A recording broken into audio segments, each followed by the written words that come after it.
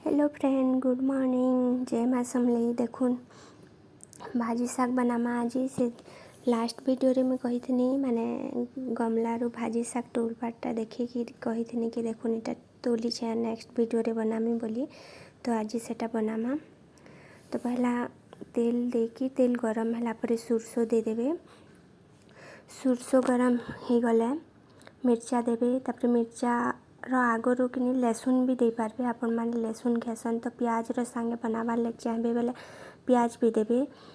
But मुई लसुन के नहीं थी माने आगुर इस टाइम रे नहीं दे पर बघारी छे सब्जी के लसुन रे माने परजी छे पछे का।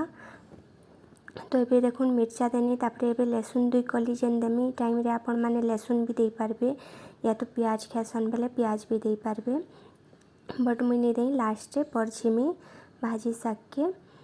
तो देखुन तापर टमाटर दे देनी। टमाटर दे सारा पर मिक्स करके से हल्दी टिके देमी, नमक देमी, नून देमी और टमाटर भल से मिक्स हो गला पर आमे जेन आज चना भाजी बनामा। तो से चना के पहला तो राति रे भिगे की रखी थी। तापर जिते बेले बनाबार आगरू सीटी भी मरे छे कुकर रे।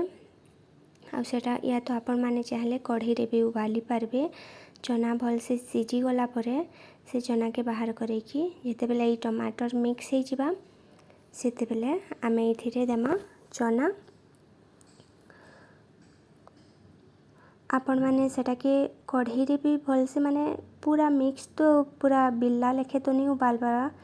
80% सेटा हो जाइथिबा चना सीझी जाइथिबा सेंतारे उतारबे आ सीटी मराबे बेले फुल आँच रे 5 सीटी मरे देबे। तो चना पकी जिबा। तो देखुन टमाटर हो आसलान आउ टिके भल से मिक्स कर दूँ। देखुन एबे चना डाली देली। चना के टमाटर संगे भल से मिक्स करबी आ भल से मिक्स कला पर टिके पकामी टमाटर संगे।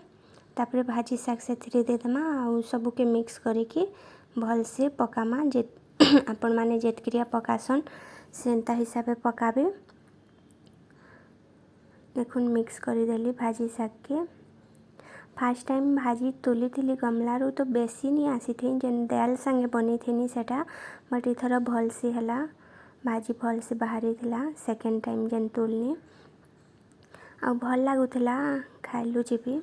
आपण मानकू भी भल लगवा बने की देखबे।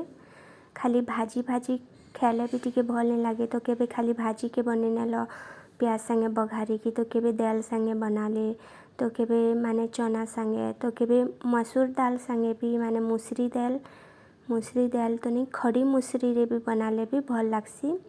सेटा भी माने केबे गुटे बने की देखामी आउ नेक्स्ट टाइम भाजी हेबा बेले।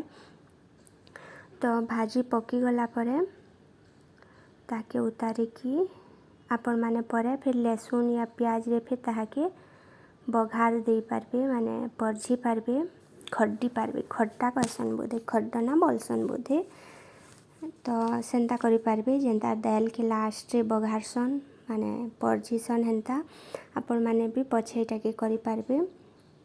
तो आगरू एका संगे भी कले भी चलबा बट मुई तो एका संगे नहीं करी आज पछे से लहसुन रे बघार में। देखुन हे आसला मैंने ताके सीम आँच रे रखी छे भाजी के आउ साड़े में डुआरी तेल देनी आउ लहसुन देनी। देखुन लहसुन के छेची दे छे गुला तो नहीं देबार। आउ शागटा सीम आँच रे पकुचे हो गला न बट सीम आँच रे पकुचे आउ सेटा के परची में ना इथिरे। तो देखुन सेटा के मैं भल भावे पूरा एकदम क्रिस्पी करी लेखे सेटा के करी छे लहसुन के। जिते बेले हे जिबा सेते बेले बघारी देमा इथिरे परजी देमा। और इनु तो लघुचाप लगी छे भोपाल रे भी ओडिशा रे भी लगी थिला लघुचाप एबे भोपाल रे भी लगी छे। देखुन परजी देली इथिरे डाली देनी मिक्स करी देनी सबके हे गला भाजी शाग। देखुन टिंग टिंग तापर सर्व करी देबे। आ वीडियो के इनु एका एंड करूँ रखू छे। धन्यवाद। भल लागले लाइक करदेबे, शेयर करदेबे, कमेंट करदेबे। Thank you.